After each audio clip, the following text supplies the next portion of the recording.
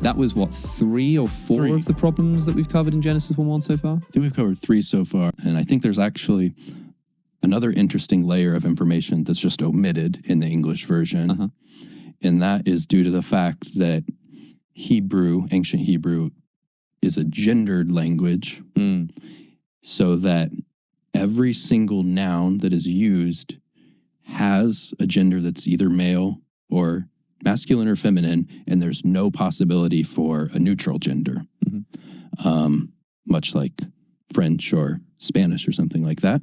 So in that first verse, you would say, in the beginning, God, which would be a masculine noun, created the heavens, another masculine noun, and the earth, which is a feminine noun. And there's a question about how much original readers are like paying attention to that, the meaning of a gender of a word that's used. But also I think the gender of the Bible in its original language is also used for literary purposes.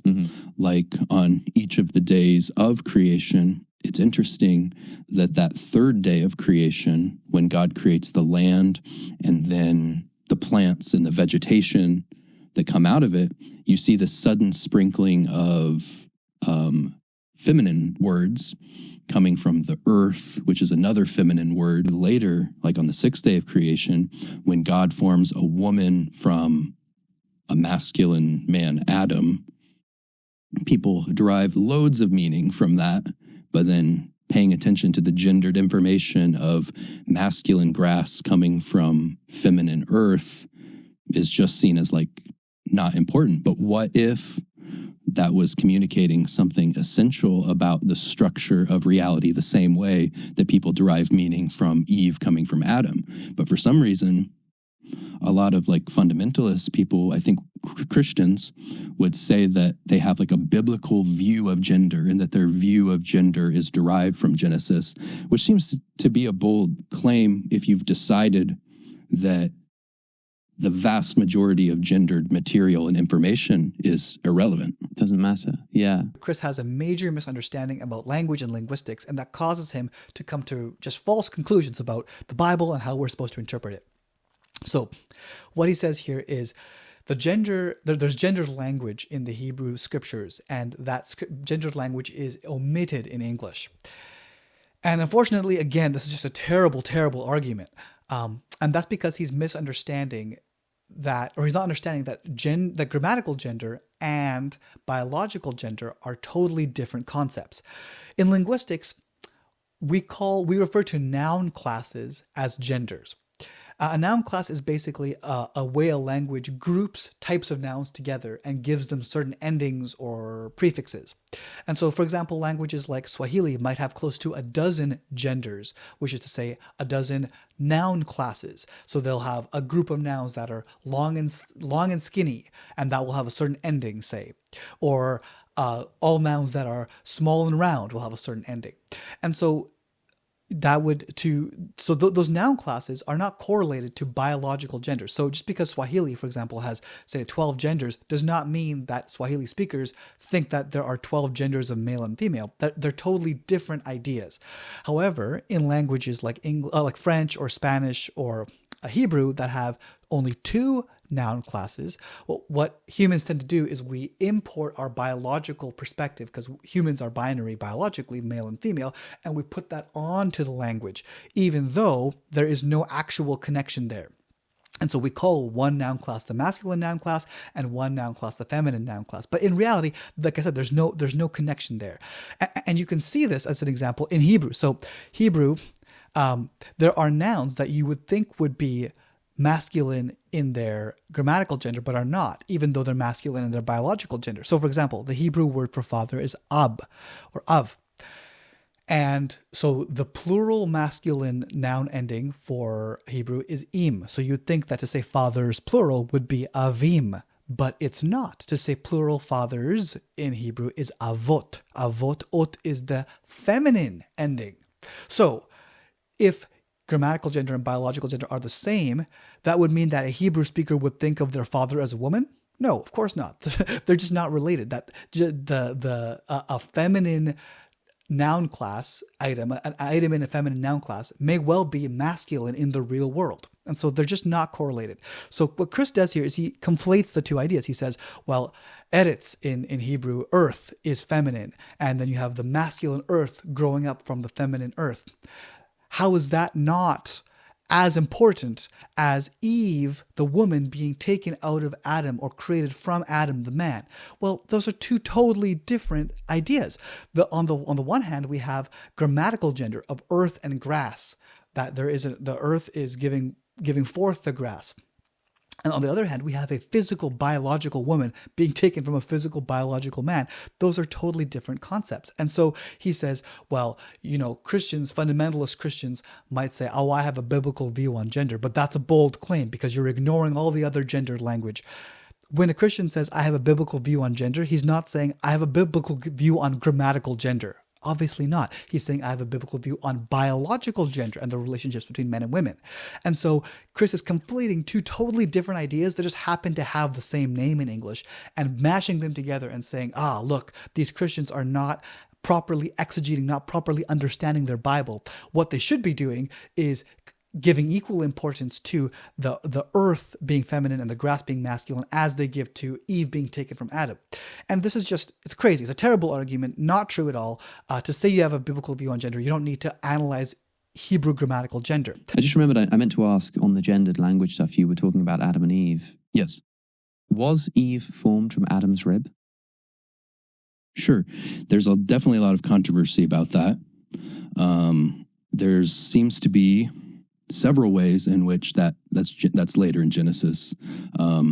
Several ways in which the English translation seems to undermine Eve or to make her part seem less substantial than Adam's. The big example would be the English describes Eve as being Adam's helper,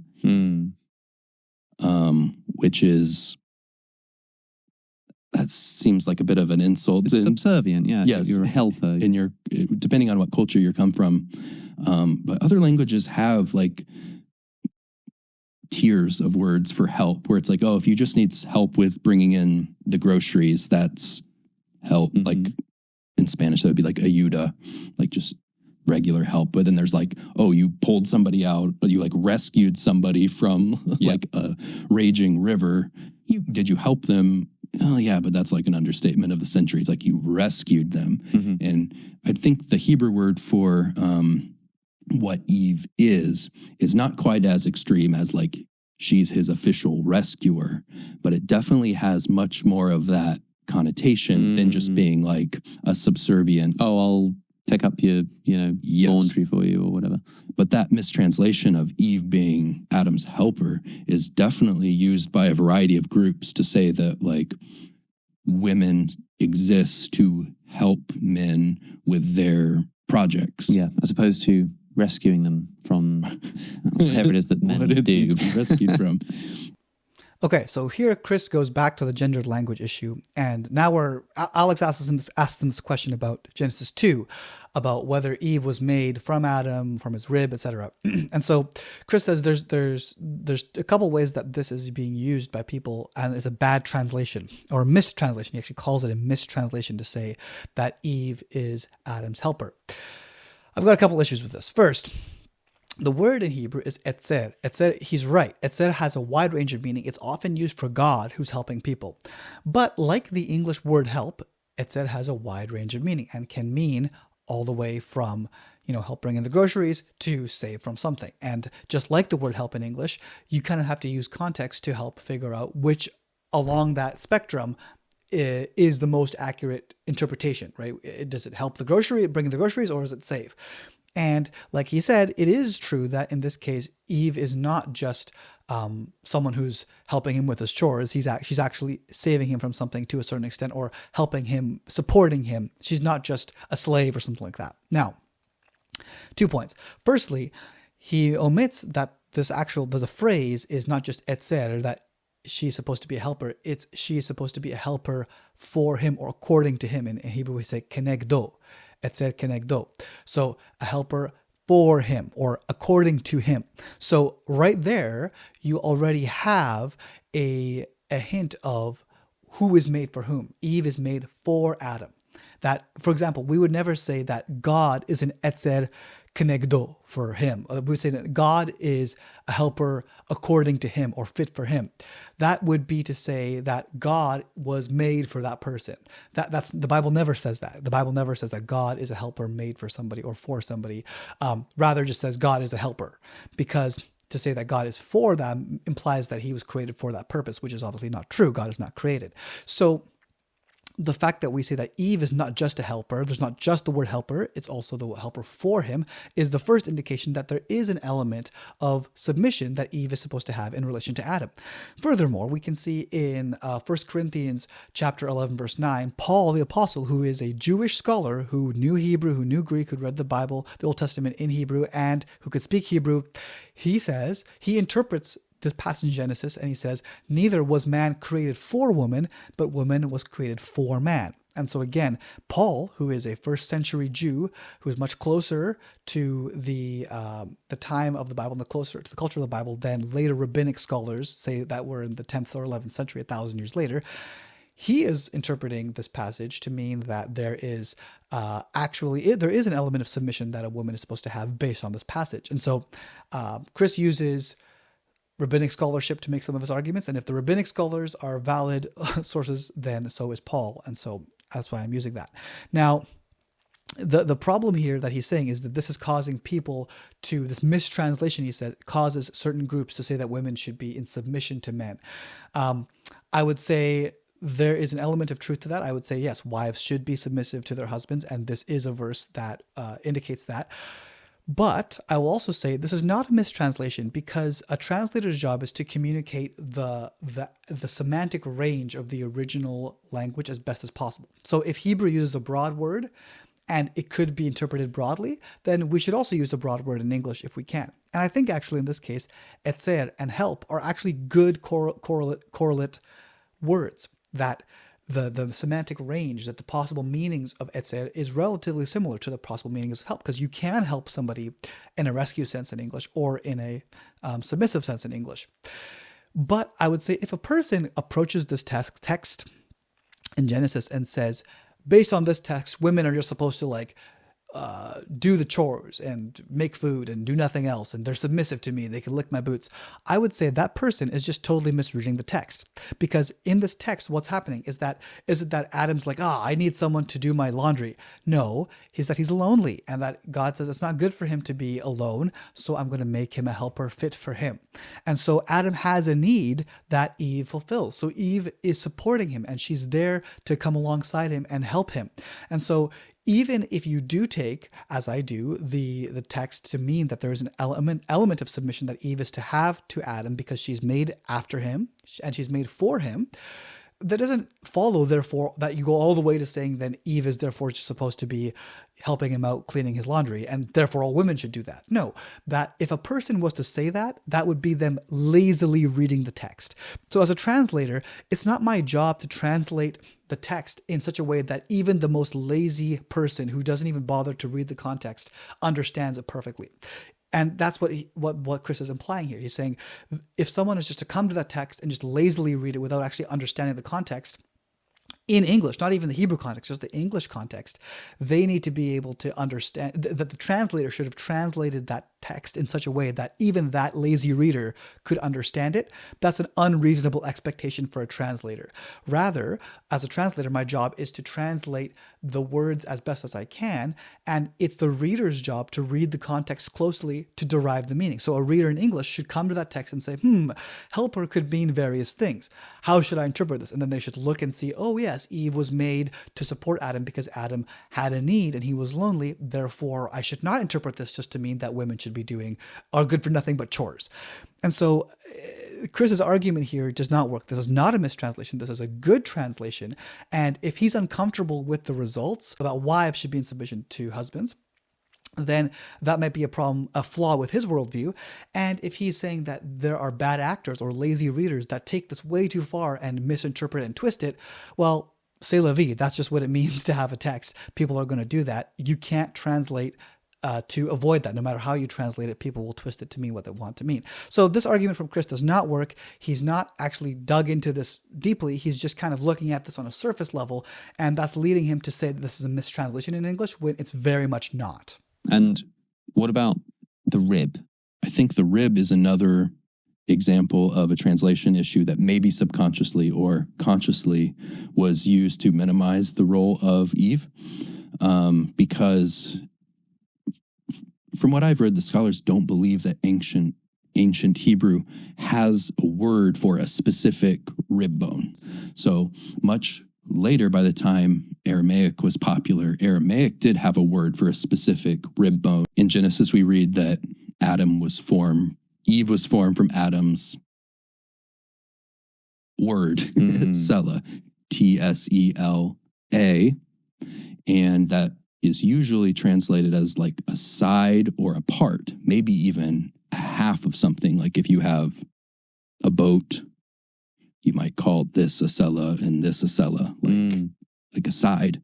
And all the other times that the word appears throughout the Bible, it's a more equitable distribution of like, this is just like a part of something, or like, oh, you took a side of a baguette or something like that. Yeah. But then for some reason, it's very interesting that when it's talking about Eve coming from Adam's Sela, it's made as diminutive as possible, where it's not a half or a portion or a chunk or a part.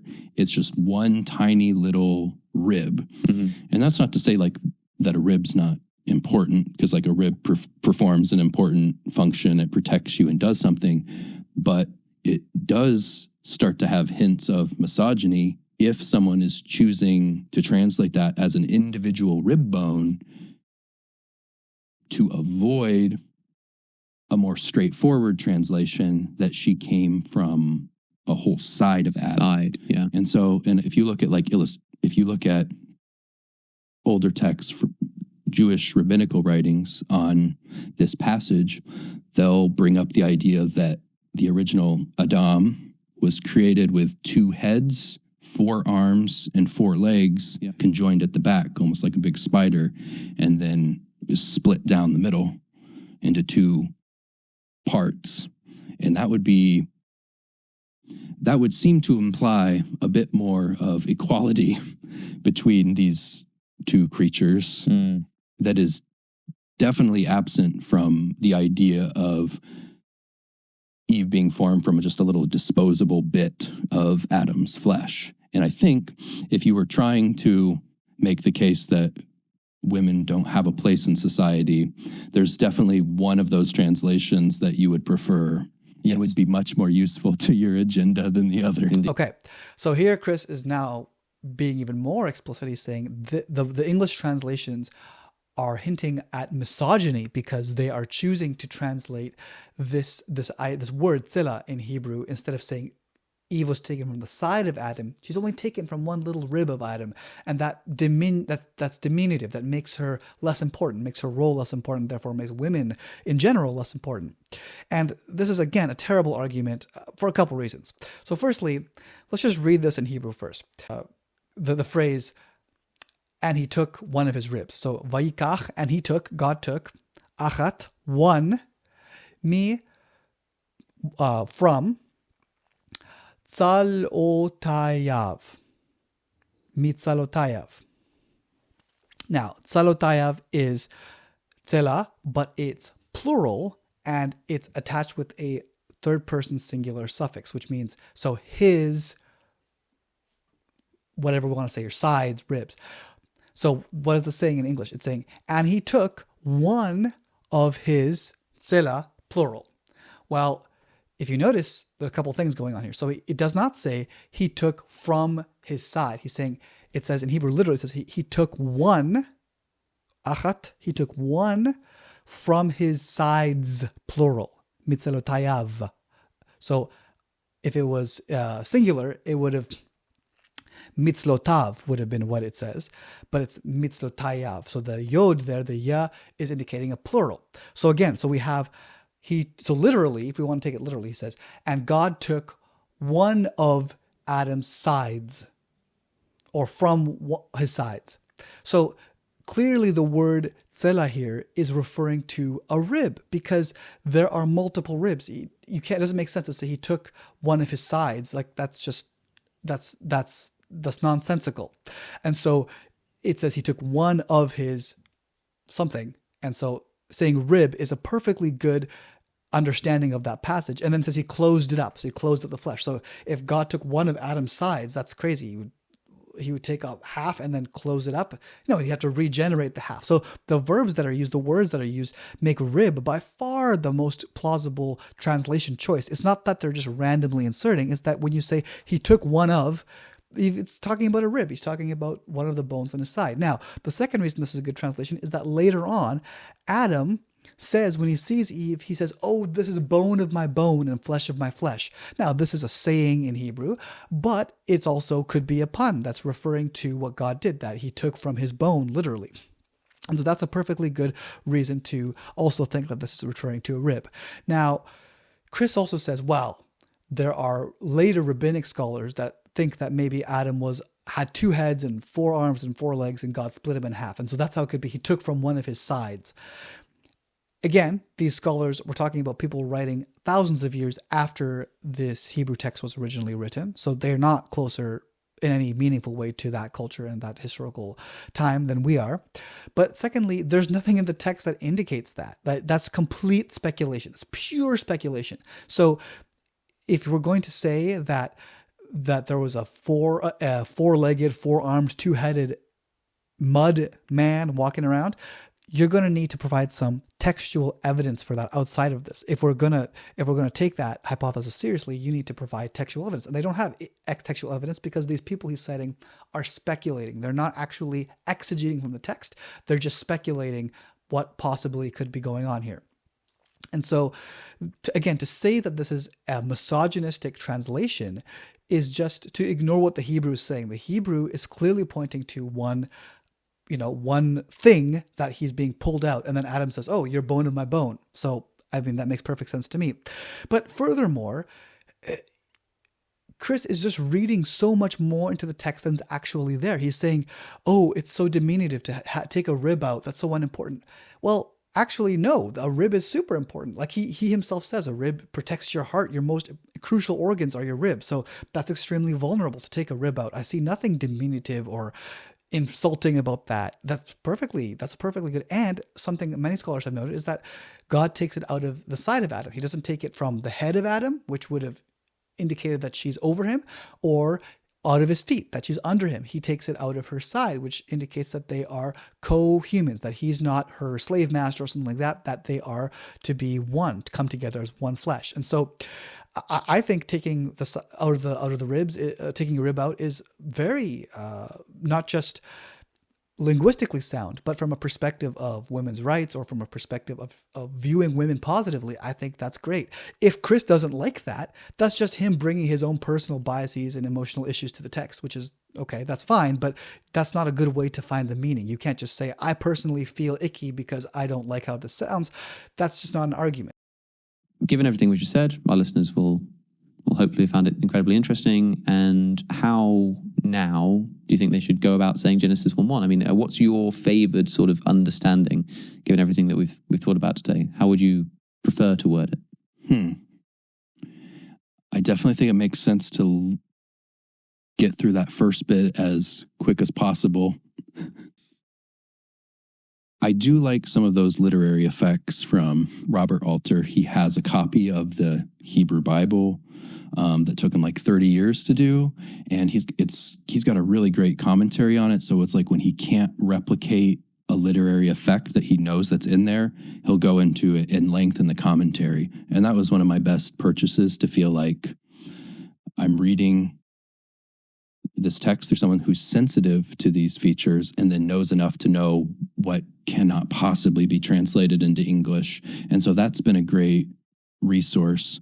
But I think every translation, every way you try to render this verse is going to leave something out. It's going to be misunderstood by modern culture, because how could it not? It's such a different audience coming from a wildly different world, that I think more than trying to find a perfect rendering of Genesis 1:1. I think the approach, making sure you're approaching each Bible verse you read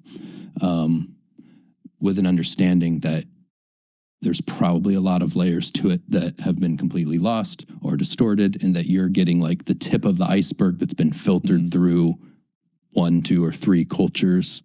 I think it's probably more important to go into a Bible first with that awareness than trying to find the definitive rendering of a passage. Yeah. Well, Okay, so at the end of this whole conversation, Alex O'Connor asks Chris a great question. He says, okay, we've gone all this way. You've made all these critiques of the English translations. How should we translate this passage? And if you notice, you see Chris goes blank. He says, I don't know. And then he references Robert Alter and says you should look at his translation. And then he talks about, well, maybe the most important thing is not so much having the definitive translation, but rather we should talk about, approaching the understanding that whatever we're reading in English, we don't really understand. We're not going to understand the original language and culture. We're missing so much. It's going over our heads. It's been distorted. It's been filtered through 3 different cultures. We're never going to know. And this is just a total misrepresentation of the situation. This is not actually true. That when we read the Bible in English today, basically Chris's take on this is, I'm going to say it's wrong. It's just wrong.